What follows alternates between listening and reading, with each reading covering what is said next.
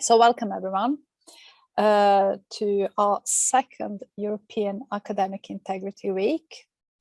We started last year this type of activities. We are going to have lunch webinars every day at noon Central European Time, about 90 minutes each of them. If you haven't registered for the webinars for Tuesday, Thursday and Friday, we encourage you to do so.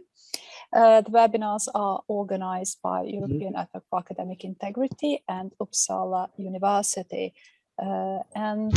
Today we are welcoming our ethical publishing and dissemination group. And they have prepared a really nice presentation. I'm really looking forward to hear from you guys.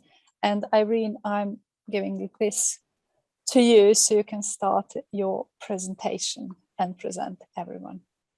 Thank you very much for the introduction, Sonia. And here we have almost all of our speakers today. There's one who will join us later, and that's Salim. He will join us later.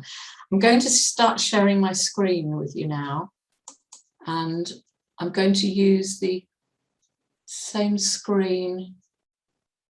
I think that one. I hope you can see the screen.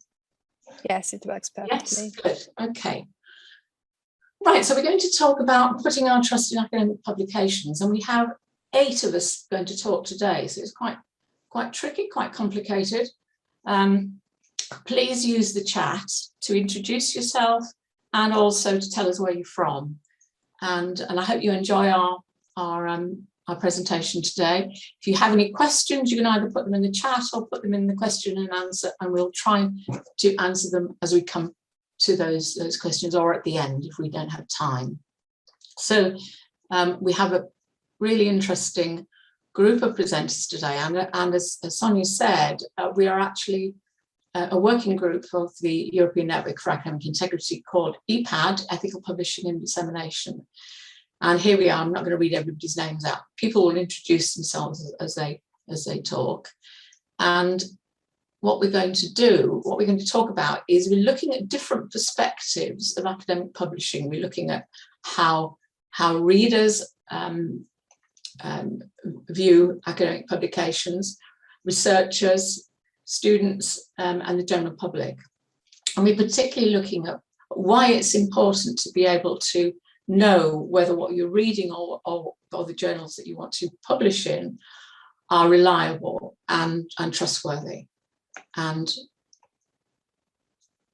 so these are the different parts to today's webinar. I'm not going to read all of those for you because we've got a lot to get through, but you can see we've got lots of different presenters talking about different topics, and hopefully it all makes sense, and it will flow in a kind of logical sequence. And at the end, we will have time, hopefully, if we manage to get through all we want to say to you, questions and contributions. Okay, so please use the chat and use the questions and answers to communicate with each other, but also to put your questions in. So we're going to start off with Ghazale. So Ghazale, would you like to take over from here and just let me know when you want to change slides? Hello everyone, sure. My name is Ghazale. Today I'm going to present the role of publisher and editor in scholarly publishing. Basically, publications have a consistent tone, outlook, and format. In fact, the steps in the publication process are only meant with the role of the publishers and editors. Okay, next slide, please. Who is the publisher? Publisher are the experts who develop the required components through leadership, knowledge of business, composing experience, or hiring the appropriate editor for managing the work of all authors. And now the rapidly evolving scholarly publishing prospect has challenged both publishers and editor to change. And then Because of the growth of technological and publishing process changes, like online publishing, open access, authors are having more control over the process. But this empowerment doesn't mean that it is the end to their role. However, it is simply another evolution. Next slide, please. Yeah. Okay. As I said, who is the publisher? But in detail, publishers are upper management and main decision makers. They are managing work of the writer and editor. And then they are responsible for financial and business policies. From a power point of view, they are investing the time and effort to find the right editors. And besides, method they are applying is to provide editors with tools and training that they are in need. And then they are assessing the findings and checking for plagiarism, deciding whether the paper is worthy of advancing or not. Moreover, by using these skills, they can increase transparency by understanding researchers' problems, raising awareness of issues, improving the quality of the peer review process, and making research communication more open and more accessible to everyone. And then, next slides, please. In terms of policy, the job to be done is issuing the policies properly to all the parties involving the editorial process with respect to research ethics, transparency, and integrity. They are assessing, also revising, communicating the policy regularly to include all the development, all the recommendations that coming from Committee on Publications Ethics, which we call COP. Then, of course, they are following the COP's Code of Conducts, and then they are supporting the integrity of academic publications and supporting all parties like governing bodies, institutions, or who is coming with the grants. And then they are responsible. They are responsible with the examination of suspected research or any misconduct, and then publish any required correction, clarification, retraction, and then to come up with the content that is in a prompt manner. And then editors, I come to the next slide. For editors, key roles. Okay, what is the key roles? The key roles is coordinating, planning, revising the written work of authors, and overseeing the paper's peer review process. And in terms of power, actually they are establishing the policies on publishing individual data like personal images to help editorial process. And then they are, even the peer reviewers may make a recommendation about the article, about the paper, but it is the editor to make the final decision on whether to accept or reject that article. And they are using different methods to meet strict deadlines that set by management, like confirming the validity and quality of facts and data that is in publish. And also they are reviewing page layout, such as illustration, location, or text layout, to constantly improve that paper. And then when it comes to the policy that is related to the editors, they are providing the most updated guidelines to authors for preparing and submitting the manuscript according to the Code of Conduct. And then they are providing a clear statement of the paper's policy on authorship criteria. And then, of course, they have to treat all authors based on objectivity, paper's importance, with fairness, with courtesy and honesty and transparency. And in terms of skills, they are using the skills to overseeing the peer review process, understanding research metrics, and increasing journal visibility. Then that's all from me. And now I have to pass to Professor Salim, but is not around, if I'm not mistaken. I think he is.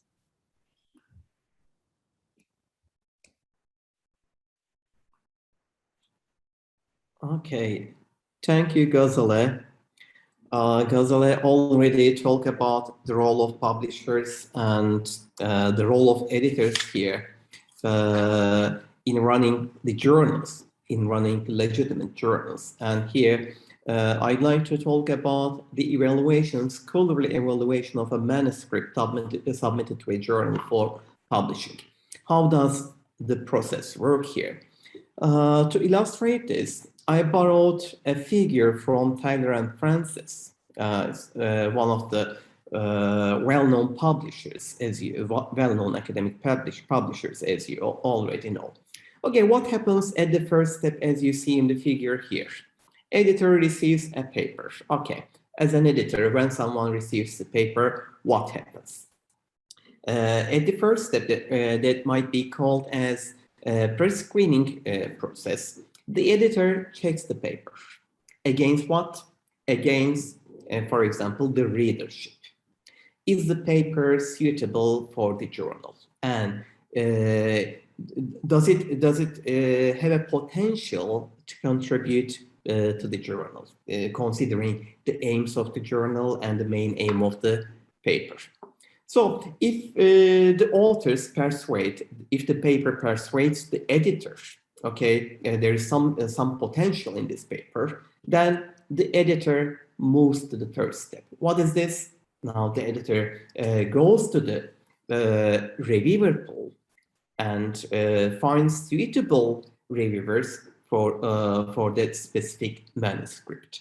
Sometimes reviewers come from a specific pool that the journal is working closely, and sometimes for some specific papers, the editors might be searching for some high quality, high profile researchers who published previously in their journal or in some other relevant journals to find the most appropriate reviewers. Usually the editors send out the paper for review either to 2 or sometimes 3 reviews. And then the editor tries to get detailed feedback from the reviewers. Therefore, the editor could arrive at a decision either to accept the manuscript for publication or reject it. As you see at the fourth step, when the editor receives feedback from the reviewers, it is time for the decision. Okay, what are the options here? The editor may accept the publication. Usually, acceptance requires at least minor corrections. So there will be some minor issues that the authors need to address before make it publishable. And the other type of decision here at this process, at this stage, is major revision. It means that the authors need to work on the manuscript, and which requires some extensional contribution revision with reference to the reviewer's criticism, and then resubmits it. Or the other decision could be rejection of the paper. So the editor's decision will be associated with the reviewer's feedback. Therefore, reviewers, we can say that reviewers have an impact on the editor's decision here. Therefore, the quality of the journal does not only depend on the quality of the editor nor the quality of the authors.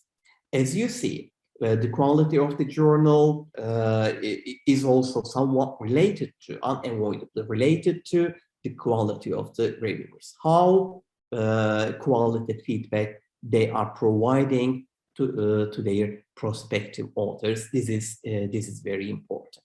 So what happens at the fifth stage? As you see here, the authors receiving feedback from the editor, revising their paper, resubmitting, and then this goes to the publication process. this is such a procedure is a good example of what happens at a legitimate publisher before publishing any paper.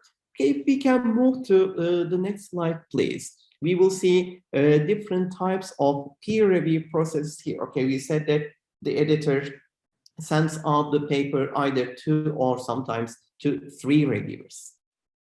Well, how do they evaluate the manuscript? Of course, they will have some rubric guiding them to provide feedback. However, we need to think about the method of peer review process here. As you see, we'll be talking about today in this session here about 4 different types of peer review processes. The first one that we call as single blind peer review means that when the reviewer gets the manuscript, the reviewer knows about the identity of the author. However, the reviewer will be providing feedback. Once the prospective author receives the feedback, the author will not have any idea about the identity of the reviewer. So here in single blind peer review process, the identity of the reviewer is protected. Therefore, this is encouraging, the aim is here encouraging the reviewers to provide their real feedback to the author. When we move to the second one, double blind peer review process, this time neither the authors nor the reviewers know about their identities. So only the editor knows who the author is and who the reviewers are. So this time, the identities of both the authors and the reviewers are protected. Then we move to the third one. This is open peer review. This time, reviewers and authors, they are known to each other. Now, going beyond open peer review process, we'd like to specifically talk here today about post-publication peer review process. This could be considered as a relatively new method for us. Here, the editor, after receiving the submission from the prospective authors, the editor checks it, and if the editor finds it suitable, then the paper is published automatically. However, it means that after publication, the paper will be reviewed. Reviewed by whom? Reviewed by anyone. So the peer review process in post-publication peer review model runs in a transparent manner.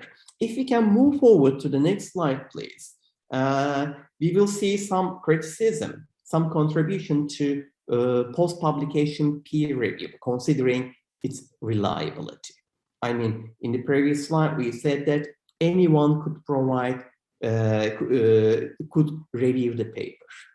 So what about the quality of the publications there? Some journals using this model in order to ensure the quality of the articles that they are publishing. What do? Okay, in order to consider the paper as reviewed, they expect at least from two reviewers from their board to provide feedback to review the paper. For example, here I provided example from Medet Publish. They are using this model, and they expect two of their board members to review the paper. Otherwise, it won't be considered as a reviewed paper. Since the procedure here runs in a transparent manner, the author knows whose feedback he is getting, and the reviewers also know the identity and the contribution of the paper openly, and all the other readers are in the process of are aware of the process of exchanging feedback there. So this seems to be another contribution to academic publication. Here I also provided a link from Clarivate in case you wish to learn about some tips about how to exchange such feedback after publication process. Okay, thank you.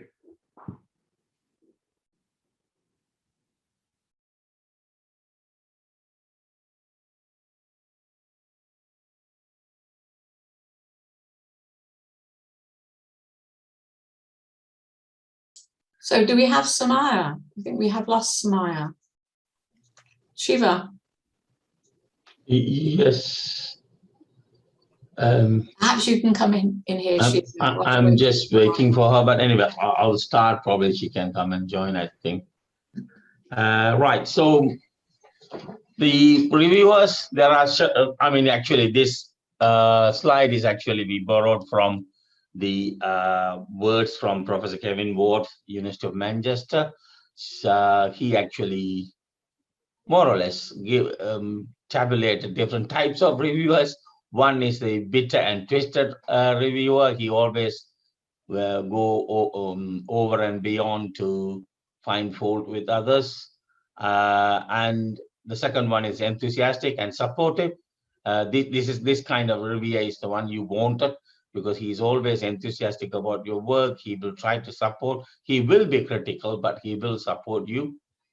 Some others, they will be experienced. Because they are experienced, they will go for the nitty-gritty of the methods, nitty-gritty of the hypothesis, the nitty-gritty of everything you do.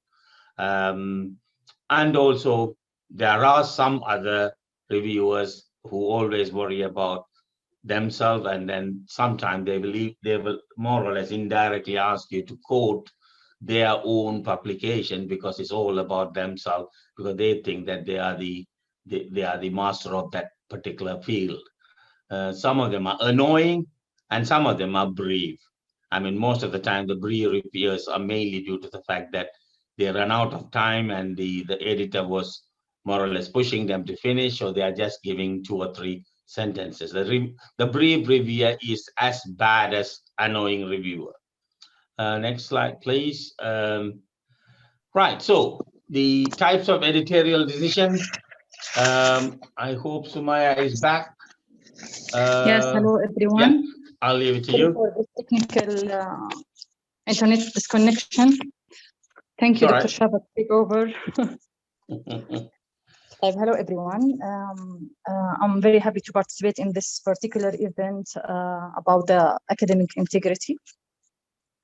And I will talk about, I think Dr. Shaba covered the type of the reviewer by Prof. Kevin. So I'll move on about the decision comes from the editors. And the decision usually can be rejection or acceptance. So the rejection, it can be immediately by the editors, and this usually for many reasons Dr. Shaba will cover later on.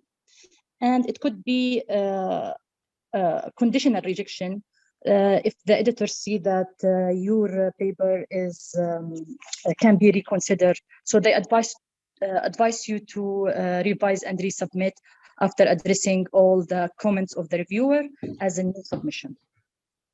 For the acceptance, it can be directly or immediately, and this is extremely unusual to accept paper as it is. Usually they accept it with minor or with major revisions. Acceptance with minor revision, that's mean the paper is need a little bit modification, and if you address all these comments, the editor of the journals can accept it later on without the second round of peer review. While accepting with major revisions, that's mean you need to really address all the comment of the reviewers point by point and make all the modification to your manuscript. And between getting the acceptance and the rejection, can you please move on to the next slide? It's hugely important to respond to the all reviewer comments and address it by response letter point by point in order to increase the chance of getting the acceptance for your paper. So when you prepare your response letter, it's better to think about what exactly needs to be addressed in this letter. Next slide, please. So do address all points raised by the editor and the reviewers. Try to make change in your manuscript. If it's needed, perform additional experiment as requested. And try to justify, describe, or provide details in your response letter about where exactly these changes happened or made. Consider also the editorial comments. If they request for cite more reference or include some supplementary documents, you need to really comply with. Be concise in your response letter and the revision. Ensure consistency between your response letter and revised manuscript. And the most important, be respectful but persuasive to the editor and the reviewer comments. On the other hand, do not actually try to add additional not required or not requested data or citation or change authors without justification. Also, do not argue every single comments. If the reviewer provide you with a minor or easy comment that you can really change it without affecting the value of your study, just do it. Don't ignore any comments from the reviewer. Don't say this is addressed in the paper without really making sure that you address them and provide all details about these comments. Also, do not address a negative comment from the reviewer to attack them. Try to look at it with a neutral perspective and address it to the best of your ability. Do not deny the request of the reviewer for original or raw data. Try to provide everything they request. Responding with yes or thank you for the comment without providing clear details is not recommended. And the most important or the golden rules for responding to reviewer comments, rule 1, try to answer completely. Rule 2, answer politely, and rule 3, answer with evidence. And now I will leave the floor for Dr. Shaba to talk about the rejection reasons and how to deal with it. Hi, I'm Shiva, and then my surname is much more worse than the first name. Anyway, so the reasons for rejections, there are three types of rejection. First of all, immediate rejection. That would mean it's something wrong with you. You're either plagiarized or poor grammar, or the sentence aims are not fit in with the journal expectation, and mainly the focus was outside the scope of the journal. So if it is immediate rejection, then that means you need to work on it a lot. You got to improve, and then probably you can resubmit it or submit to another journal. The rejection after first round of peer review, this is the most common rejection. About 30 to 60% of the submitted article in biomedical and medical profession are rejected after the first round of peer review. It depends on which journal you are submitting, mainly because of the lack of contribution of the scientific knowledge, or you got to give a substantial improvement of the understanding of any subject. That is the reason for journal publication. If that is not clear, then it will be rejected. Or insufficient data, or the data analysis is not good, or the data not explained properly, poorly organized, or poorly stated information. That is the rejection, main reason for the rejection after the first round of peer review. If you get through the first round of peer review with, say, minor revision or major revision, there might be another rejection waiting for you, lurking in the dark, in the second round of peer review. That may be mainly for the fact that you haven't addressed the issues highlighted. So if you, for example, some of the researchers might refuse to incorporate reviewer's suggestion. Unfortunately, the reviewers are the bosses. You can be as polite as possible, but if they, expect certain information, or certain data, then you need to provide that data, provided the editor agrees with them, then that might be the second round of rejection. And lack of key reference, and also try to do entirely different discussion, or if you try to change the entire flow of the article in a different way, then that might be the rejection after the second round of peer review. To be honest, the rejection after the second round of peer review, especially, this is my advice to the new academics or new PhD students, is the fact that make sure that you submit the journal well in advance while you are doing the project. Don't wait until the end of the project. Why? Sometimes the reviewers might ask you to do some more experiment and resubmit it. If you have finished, or if you are at the end of the project, you haven't got any money to redo that experiment. And that is the main reason for the second round of rejection. Irene, next slide, please. Sorry. Is there any life after rejection? I would say yes, the entire life is after rejection. First of all, try to be calm. Try to read your rejection, and then you wanted to punch somebody. Don't do that. Don't get frustrated. Wait for a while, and then read the rejection letter when you are calmed down a little bit. Try to motivate yourself and motivate quickly, and then try to answer every bit of questions they have asked. Analyze the criticism are valuable or baseless. If it is baseless, you have the right to explain why it is baseless, right? As long as you can explain them, most of the reviewers will accept that. If the reviewer doesn't accept that, then there is an editor who will see, oh yeah, you got a proper justification for that accusation is baseless. Improve your paper, if possible, based on the reviewer's comment. And that's the reason I always say that while the project money is there, submit the project, submit the paper. Therefore, if they wanted more data, you can go back and do it because you got the money. Next slide, please. Irene, next slide. Oh, I lost that, Irene. Oh, yeah. So the reviewer comments are valuable. Remember, that's what I said, that there's a lot of life after rejection. Always remember, because this is what I always tell to my PhD student. When you are going for a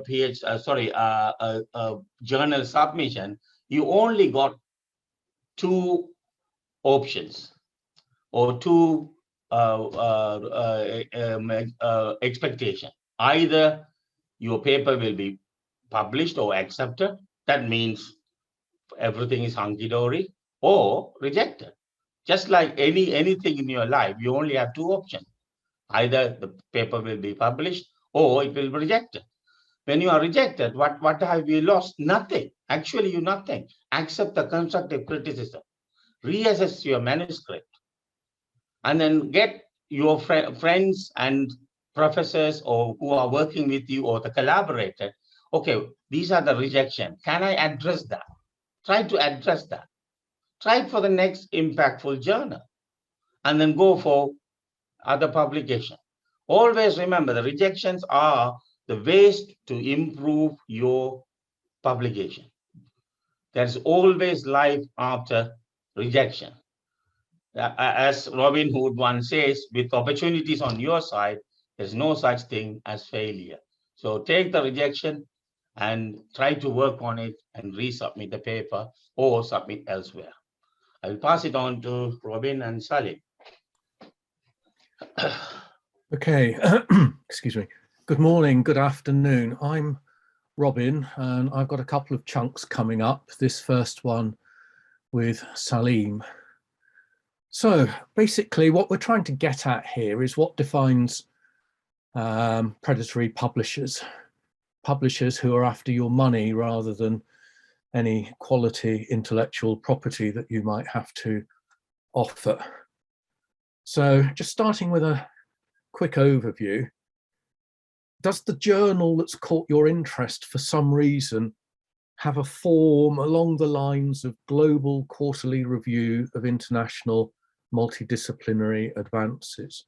And I'll come back to this vague sort of non-specific titling and this particular title in a moment. But we have three broad types or three broad behaviors, roughly as follows. And all of them, whether you're seeing it on a website, whether it's in an email that surprises you in your inbox, it all looks too good to be true in one way or another. And there's an old saying in English that if it looks too good to be true, or if it sounds too good to be true, it probably is. So if you get something, come across something that looks too good to be true, I suggest you just look elsewhere, move on. So some broad types, but they're all overlapping, is that we have fishers and scrapers. These are the people who pester you by email. So you get an email with some superficially tempting offer to lure you in, and quite often it's a journal unrelated to your expertise, or apparently unrelated to your expertise. You then get a category broadly termed hijackers and clones, a journal and or its title that imitate a real cloned journal. And it might be as simple as changing a word. So from engineering to engineers, or from science singular to sciences plural. So what actually arrives in your inbox, or what you otherwise stumble upon, really does look like a proper journal.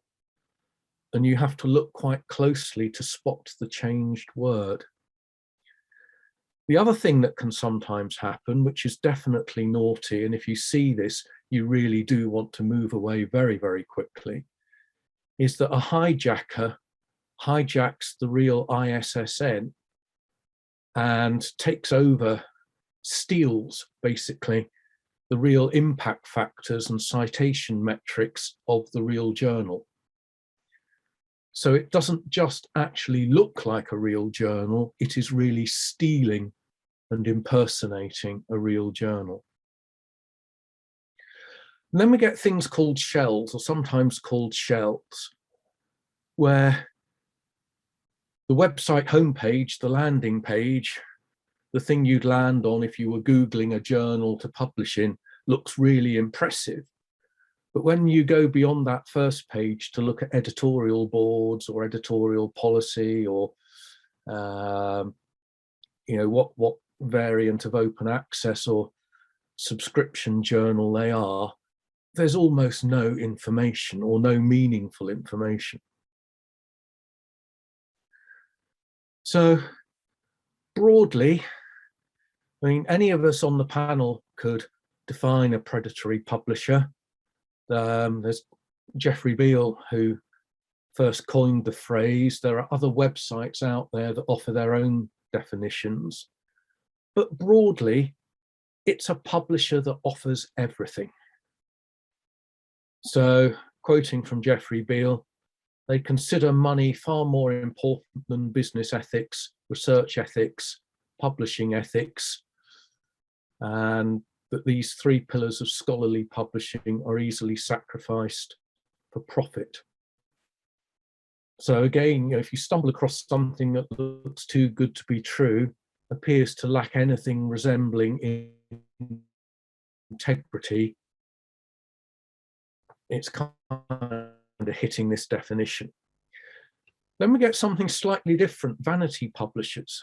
We can leave the ethics out of it, but these basically offer publication, nothing else. They often target early stage academics. Basically, if you pay them, they'll publish what you want them to publish. And we can argue endlessly whether that's right or wrong, but it is not proper academic publishing. It won't be peer reviewed, probably won't have any sort of review. You just pay your money and they publish it. Okay, where have we got to? So here's a screenshot that Salim kindly provided me. It's too small to read, and I'll pick up on the general form in a few slides' time. But you get an email from what purports to be a journal editor, but it's from a Hotmail email address or a Gmail email address or a Yahoo email address. It's very flattering, very solicitous as to your health and well-being, and offers quick submission, sometimes guarantees submission, etc. Okay, Irene. And if you go to the web page, this is the web page of the journal that approached Salim. This is a fairly typical form, quite bright colours, very cluttered. You know, lists absolutely everything. A whole load of metrics, some of which might be genuine, some of which might be not so genuine, and all sorts of tempting things. If you look just towards the bottom right corner there, open special issue, publish special issues, special issue guidelines. A lot of these journals seem to publish, specialize in special issues, because you can pull a bunch of people together and cobble a special issue if you get enough with a sort of theme to it. Okay, next slide, please. Here's something else that Salim provided, legitimate versus hijacked. And we have the legitimate journal on the left there, and you can see how relatively uncluttered and open the web page is, as against the hijacking one on the right. It's got the same form as the previous slide, very busy, very cluttered. Yeah, very busy, very cluttered. Okay. And then vanity publishers. So, excuse me, dear Dr. Salim Ratzi, I hope you are doing well. I wanted to ask if you had a look at our brochure. If you have some questions, brackets, and I'm sure you do, because publishing your work is a major achievement, let me know if we can arrange a phone call to discuss further. If publishing your work is not interesting, just drop me a short reply. So, as I say, we can argue over the ethics of this sort of person, but it's very straightforward. If you send them something, they will publish it if you pay them so to do. Okay, so fleshing out some of these things that I've touched on, you know, from the predatory publisher point of view. In preparing this,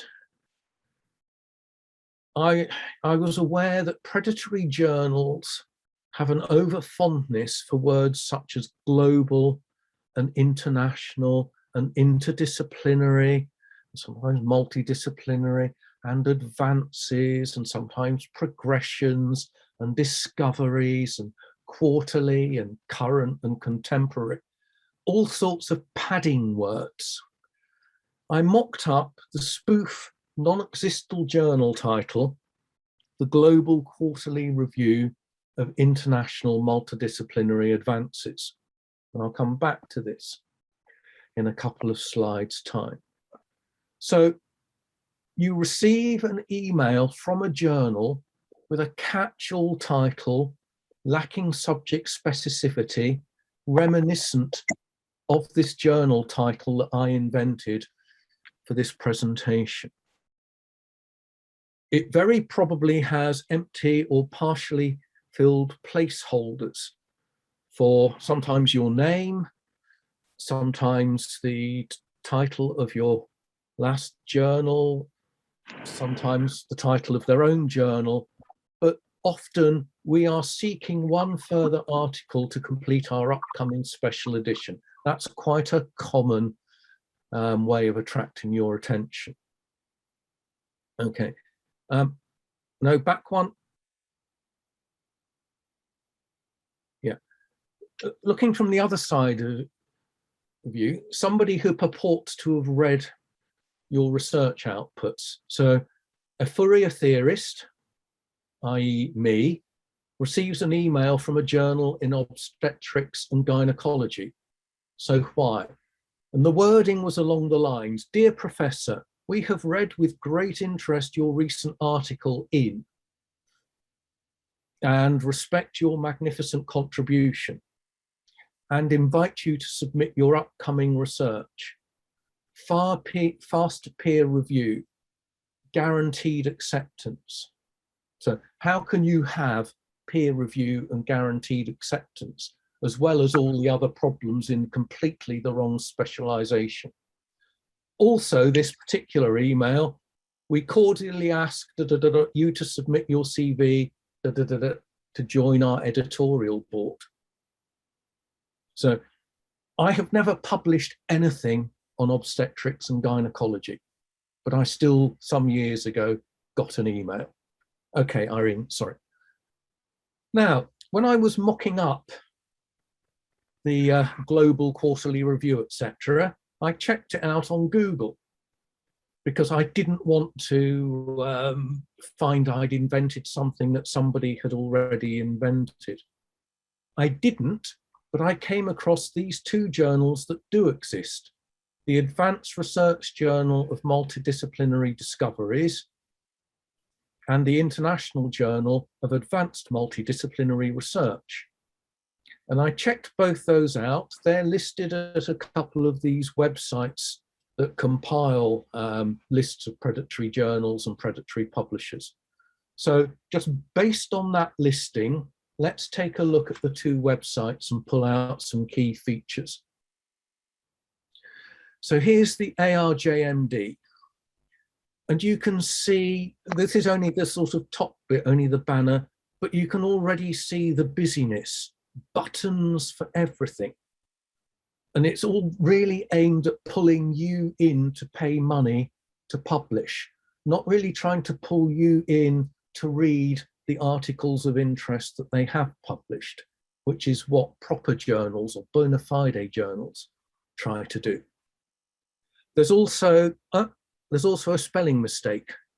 Author's guidelines is misspelt, and that's another common feature. These web pages are put together so quickly, they're not spell checked. Okay, so just pulling some more out. This website is more aimed at authors, i.e. paying customers, rather than readers. It has a catch-all subject list, which I'll come on to. It has a non-business email, right? journal.ijf@gmail.com.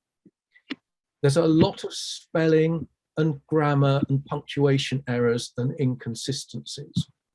And then some of the actual statements are worrying. This one says, "We provide open access brackets for a few months," and then goes on. What does that mean? Open access should be open access. It should be time unlimited.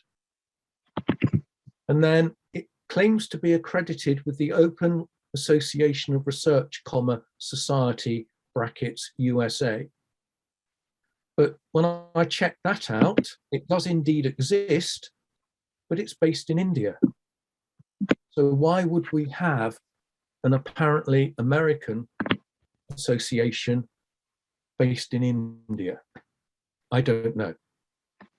Here's the subject list: agricultural science, biomedical science, chemistry and material science, earth and environmental science, medicine and health science, social science and humanities, business economics and statistics, computer science, engineering, physics, maths, biology, archaeology. So a list pretty much covering everything, and then with the rider and many more popular discipline. So it is covering pretty much anything. You send it, your manuscript, in any subject you can think of, and they'll publish it, basically. The other one, look at the very similar setup of the web page to the one we've just looked at and the one in the first bit from Salim. Very busy, whole load of buttons to everything, but still basically aimed towards authors or potential authors rather than readers. And it had this however many slides scrolling thing as well. I just happened to catch it with the one that said advertising. So very busy. Again, it's aimed at potential authors, i.e. potential paying customers rather than readers. It's got an even bigger catch-all subject list that I'll come on to. Again, a non-business email, again, another Gmail, spelling and grammar and punctuation errors, inconsistencies and things. And again, these odd statements, it says it's online submission, but when you go into the detail, you basically submit it to that Gmail address.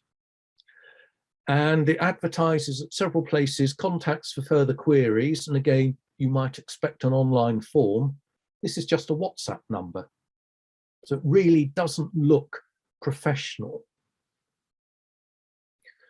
So this journal lists 112 individual subjects under the 5 categories below. Some subjects are in the wrong categories, some are repeated across categories and things. Now, I won't read out all 112, but there's 35 life sciences, 32 health sciences, 13 under physics, chemistry and engineering, 19 under arts and humanities, and again with a statement saying, and other subjects. And there's 13 under accounting and commerce, as they call it, again with a statement and other subjects. So catch-all.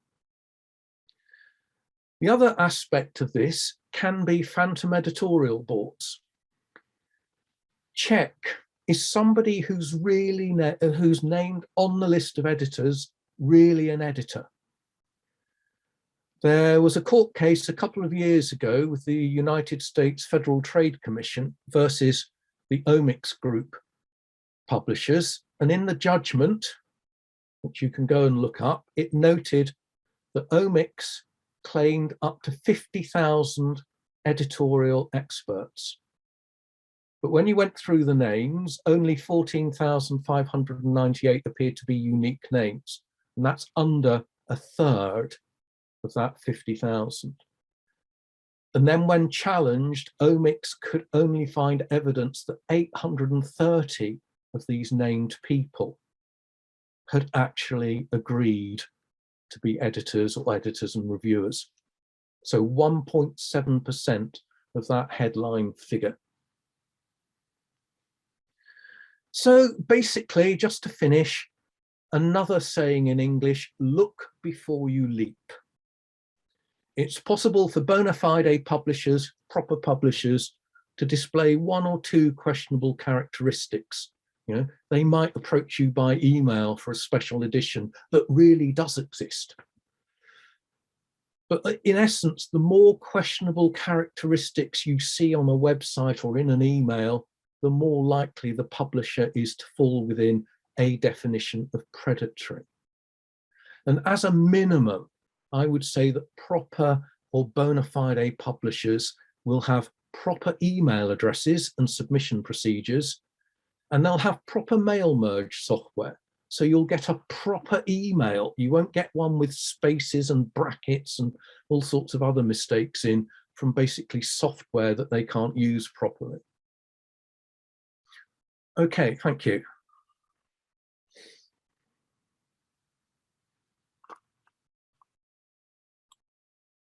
Okay, sorry for that delay. It's me next. So factors driving the unpopularity of untrustworthy journals. So why do people publish in journals like the ones that Robin has just described? Sometimes it's ignorance. Sometimes people just need to find a journal for whatever reason, and someone has contacted them. Right, why not use that journal? There are lots of reasons, lots of drivers to this though. Sometimes people need to publish in order to keep in their current position, in their current post, in their current occupation. So it's part of the kind of driver from their employer, particularly in universities. You have to publish so many journal papers in each year. Sometimes people do it to gain promotion from their current position, and that happens quite often. We've come across quite a lot in our research, where people gain credibility by publishing again and again. And even though they might be publishing the same thing, it might be repeated stuff, it might be self-plagiarized, but the number of publications is what counts. And that's bad, isn't it? Because if their employer, if the university they're working in doesn't take any heed of what kind of publications there are, the quality of the publication, then that is a kind of negative driver. Sometimes people publish to enhance their reputation. They like to show a long list of publications. And if they repeat, if they what is called salami slice, if they keep repeating the same publication in a reputable journal, the reputable journal will not publish it. But they can publish in predatory journals because they won't check. In some countries, in some parts of the world, the more you publish, if you publish a journal publication, you get a cash bonus. And that certainly used to be true in China. I understand they might have changed the rules in China recently, but certainly that is a negative driver. Because if you get a cash bonus for publishing in a predatory publication, then why not do it, for more money? And I know that in some countries, there is a requirement for a number of journal publications in order to qualify for a doctorate. I know that is true in Turkey because Salim told me about that. I'd be interested to put it in the chat. Is that true, or any of those true in your part of the world? I'd really be interested to find out. So put some notes in the chat as to whether those are true for you, or if there are any other reasons that I've missed that I haven't mentioned here that are drivers that you're aware of. Also, sometimes people need to get a publication out quickly, perhaps for one of the reasons I've already mentioned, or for other reasons. And it is much quicker to publish in a predatory journal than it is in a reputable journal, simply because they cut corners and they don't have peer reviews, or if they have peer reviews, they don't actually take them very seriously. So no need to worry about peer review. It's much easier. You don't have to respond to the peer reviewers, and perhaps you want to publish something that wouldn't be published in a reputable journal. I've called it pseudoscience here, but anything that a reputable journal wouldn't publish. Why not use a predatory journal? Because they're not particularly fussy about what they publish. They're just interested in your money. So there are a few reasons there why authors choose a predatory publishing journal or publishing company. So why is this a problem? So most predatory publishers don't care about the readership. As Robin was saying earlier, most of those websites that you saw, that he showed as examples, they're really interested in the money from authors, not making publications accessible to readers. They just rely on the money from the authors. If it's public funding that you're using, if it's your research funding, then that's actually a waste of funding. Why would we want to support these poor quality journals and these predatory journals? So we don't want public funding to be going to support and help this industry develop. So that's a really good reason why we shouldn't use predatory journals. We've heard about the quality and the value of peer review. If peer review doesn't always work. It depends on the quality of reviewers. But if peer review is done well, then it improves the quality of your publication. You end up with a publication that's much better than perhaps the one that you originally submitted, and the editing process. So if you don't get that feedback, and you don't get the support and the help that you would get from a reputable journal, then your your publications are not as valuable as much as good quality as they would be otherwise. We know from some of these websites we've been looking at that they make misleading statements on these websites. They make fraudulent claims and they provide non-accurate information on those websites. So they're deceptive and they deceive potentially young researchers into believing that they're actually publishing in something that's good quality. So I wasn't able to find, I didn't have time to kind of go through and find an update on this, but there is a publication there which estimates something over 8,000 predatory journals and over 400,000 articles per year. I'm sure it's much higher than it was in 2015. Be interesting to find a more up-to-date source for that. So what can be done? This is precisely why the EPAD working group exists. What we want to do is to raise awareness with authors and particularly with young researchers, PhD students, so that they understand what the problem is and they avoid it.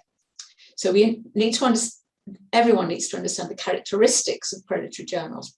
I'm using PPJs because these are potentially predatory journals and publications, and so that we can avoid them.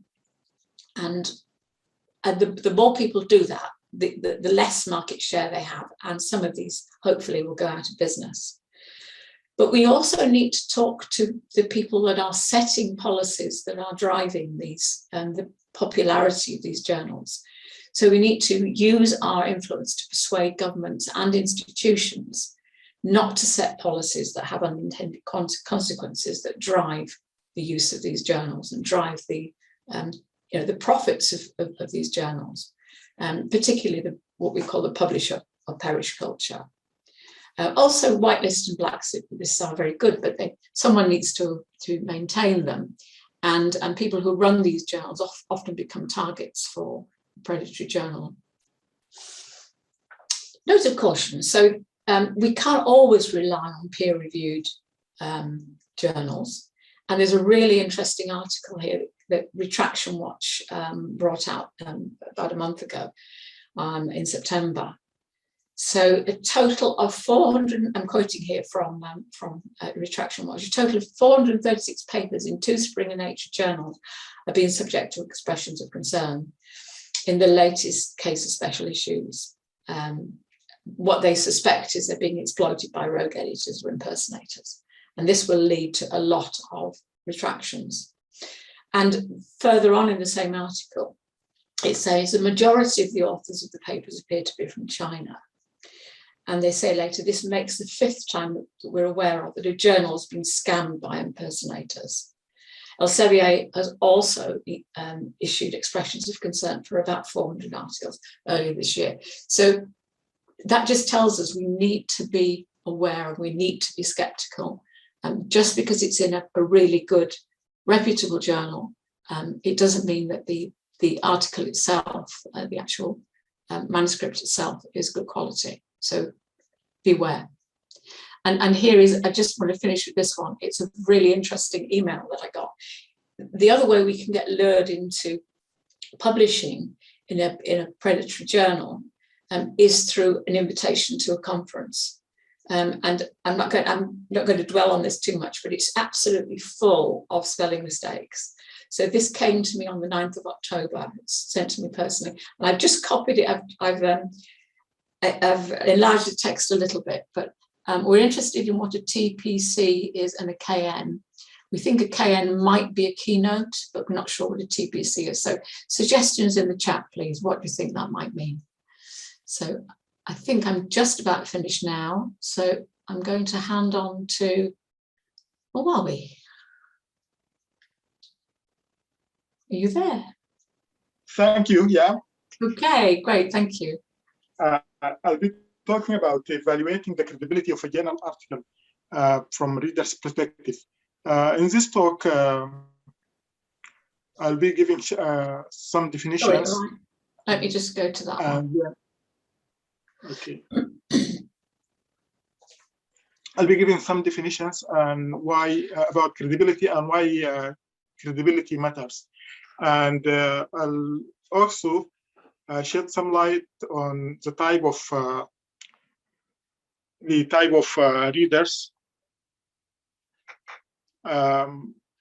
And also I will go through how to evaluate an article and the type of bias. Next slide, please. Yeah, scholars and scientists gather information from different scholar resources, in particular, the gold standard, which is a peer-reviewed journals. And in doing so, they are challenged by the question of the article's credibility. And next slide, please.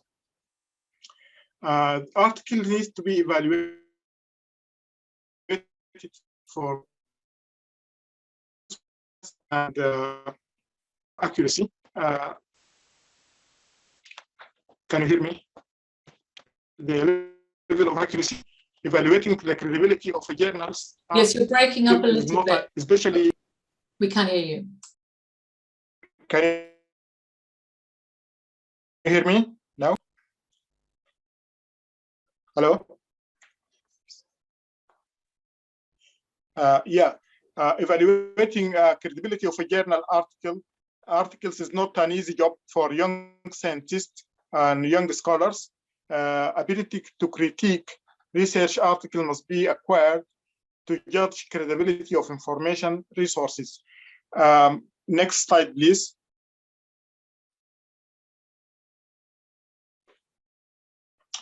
Yeah, credibility in research involves establishing believability in research outcomes, and this term is used interchangeably with trustworthiness, validity, conformability, transferability, authenticity, dependability, plausibility, and reliability.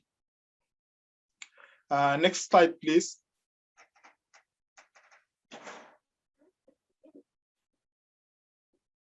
Yeah, and in evaluating an article, there are some criteria to judge on an article.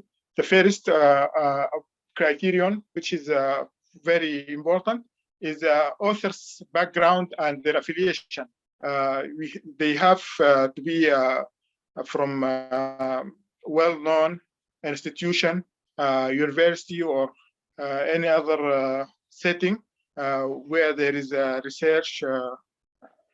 It is known about doing research, and the authors should be qualified authors, so they we can trust the article.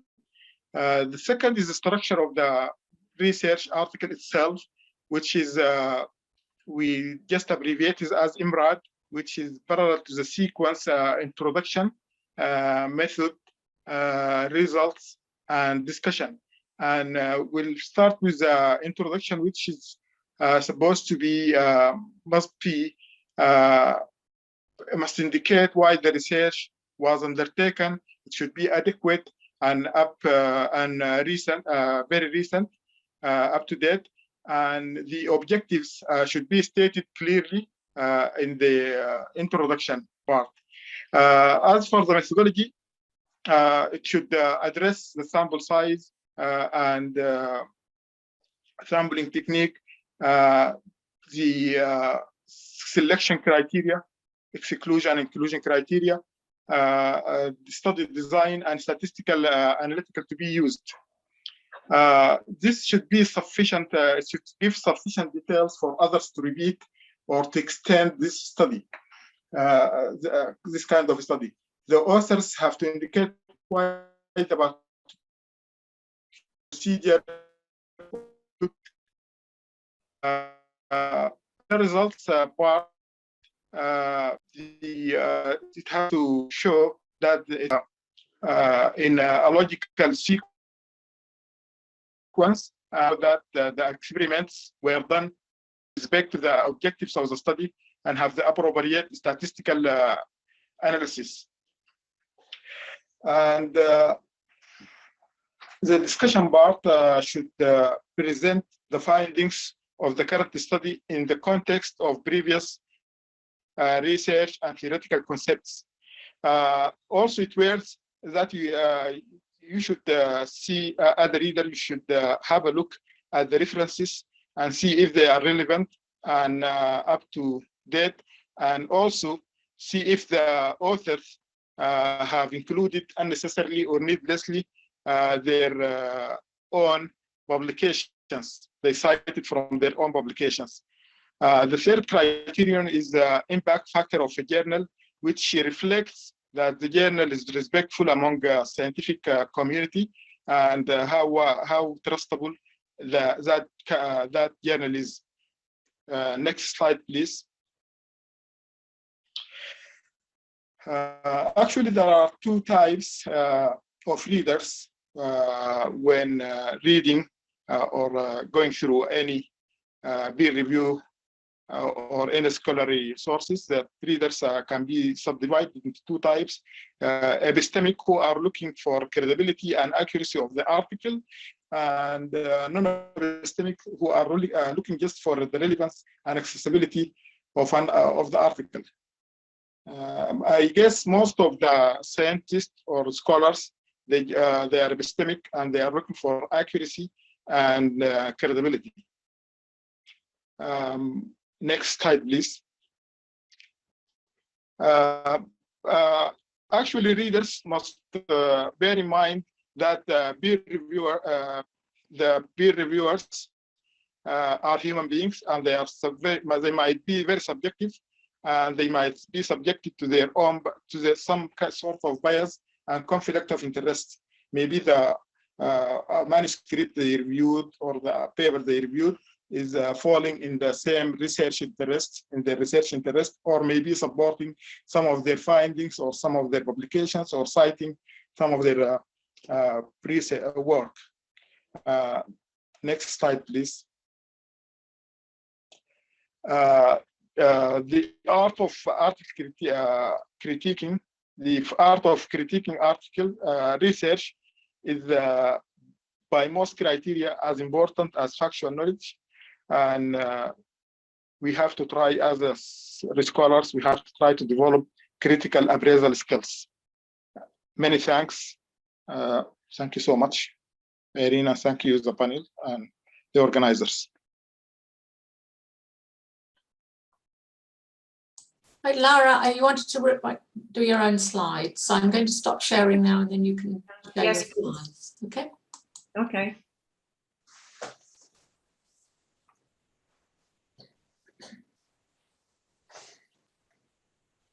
Okay.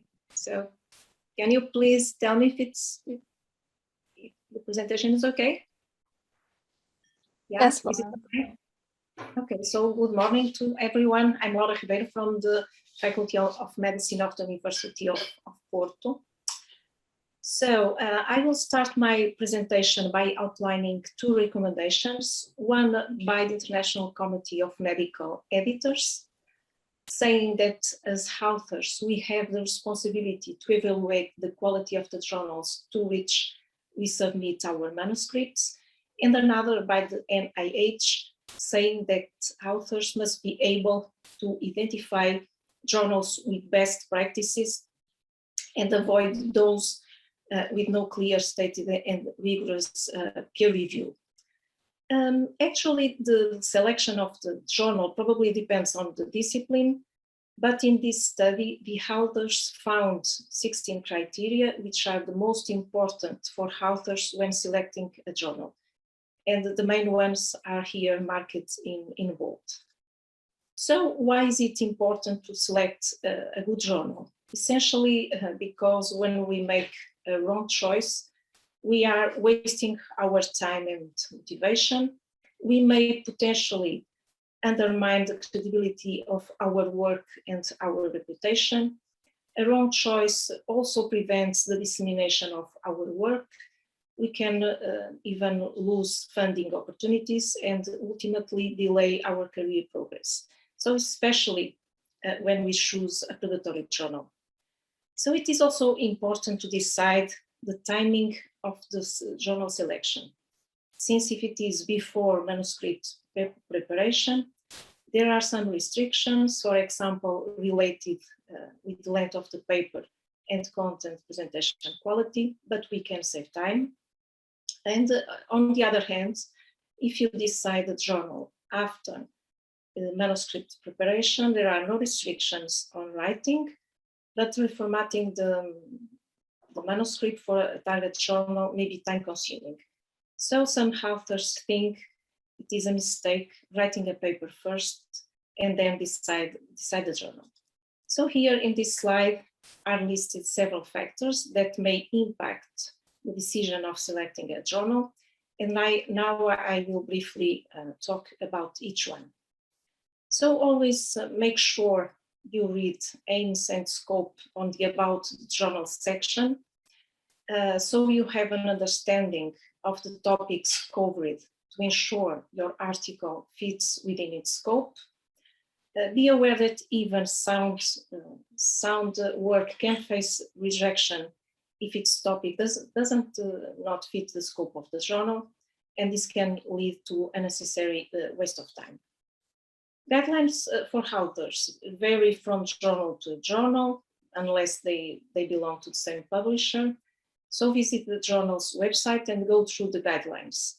Ensure your paper meets the journal requirements. For instance, if they accept the type of article you want to write or to publish, if it meets the word, citation, and figure and tables limits, and also the ethical considerations.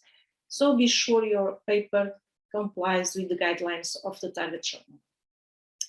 So in some cases, the time to publish may be of prime importance, depending on how quickly you need to publish, since in some fields, research outcomes may be time sensitive, or due to career or employment purposes, as Irene previously mentioned. So a lengthy review may also lead to loss of time and motivation and delays in career progression.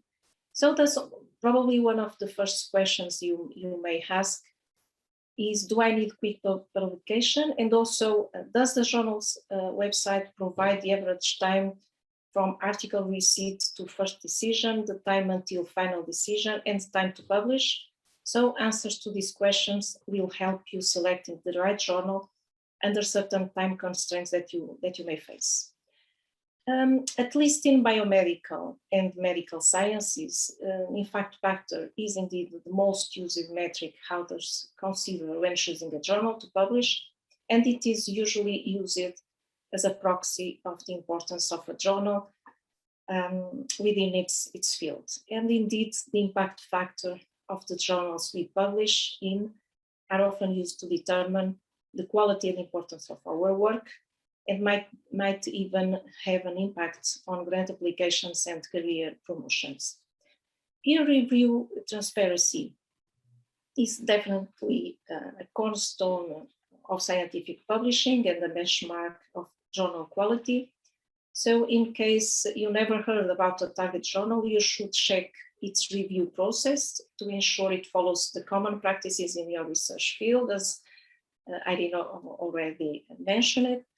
We also saw how the average review time may be relevant under certain conditions, and be also aware that some publishers have families or portfolios of journals, and in case your manuscript has been rejected, they can offer to transfer it to another journal with probably a lower impact factor, but this can avoid the need to identify a new journal, reformat the paper, and create a new submission. So here are some of the popular databases of authentic journals. For example, PubMed and Scopus are the main indexing services used by researchers in biomedical sciences. So if you are not sure about the authenticity of a publisher, check if the journal is listed on these databases and use them rather than the journal's website to evaluate its metric and publication procedures. On the other hand, by choosing an indexed journal to publish your work, you are somehow showing its quality and also increasing its visibility. The acceptance rate is regarded as reflecting the selectivity or prestige of a journal. And according to this, a lower acceptance rate is regarded as more prestigious. It is not easy to find in journals' websites, and in many cases, you may need to contact the editor. The top-tier journals' acceptance rate is quite low, often less than 10% because of the fierce competition to publish in them. And in some cases, having this in mind, we can save time by choosing journals with higher acceptance rates. For instance, in our field, around 40 or 50%, as is the case of PROS1 and scientific reports. So open access, as we previously heard, means that the entire content of the paper is freely available to all readers without having to subscribe the journal or pay to have access to the paper. But in open access, we can distinguish between green open access and a gold model. In a green open access, some form of the paper will be made freely available after publication, and the publisher will retain copyright, and there is no fee for authors usually. While in a gold model, the final form is licensed under Creative Commons licenses and will be made freely available after publication, and the fee is paid by the author or the institution or funders. Open access helps to disseminate research to a wider audience, announces multidisciplinary research, at least in some fields, announces also citation rates, and contributes to a more open and interactive scientific community. It also is usually associated with an article processing charge, which is a fee you will have to pay to publish your work in a paper. This article processing charge varies very greatly from journal to journal. The amount charged for an APC should be clear on the journal's website, and you may want to pay an APC to increase visibility of your work, and etc. So in this regard, you should answer to questions such as, does your research funder stipulate open access publications? Do you have enough research funds to pay the APC required for open access? Or does the audience you want to reach tend to read open access articles? So answer to these questions will certainly help you. Well, what about our own experience in medical field? We usually use a few criteria to select journals to publish our work. We definitely take into account the impact factor of biomedical journals due to reasons already mentioned. Papers published in journals with higher impact factors tend to be better and more important than those published in journals with lower ones. Second, our peers, our colleagues, our institutions judge our work, our academic success by the ability to publish in high impact factor journals. So this ability somehow determines the quality and importance of our work. Thus, in our field, it is a clear priority to publish in journals with high impact factors. We also consider the speed of the review process and publication. Journals that we regularly read in our research field, journals referenced in published papers related to our work, and also journals recommended by our colleagues. So in each case, we also check our research funding conditions regarding open access and APC, since sometimes this can be an acceptable expense and may even be an expense covered by the budget of funded projects. So finally, here are some examples of criteria from different sources for evaluating journals that you can check later. And also some tools you may use to find journals in your research field. So thank you very much.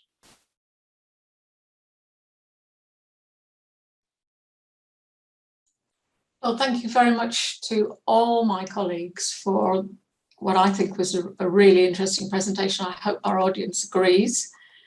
Are there any questions that any one of the presenters has picked up on that they'd like to expand on or answer? I'm sorry, I've not been looking at the questions. I've been busy presenting. Or anything anyone would like to add to what we've already said? what I would like to do is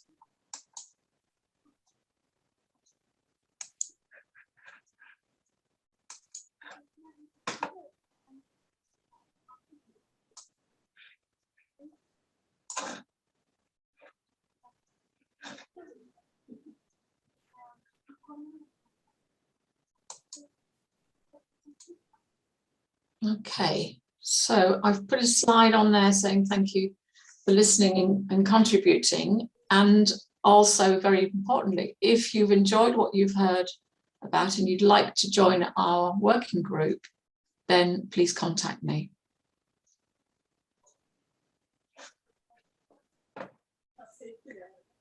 Well, thank you to the whole group. It was really an amazing presentation. I was really enjoying it and learning a lot.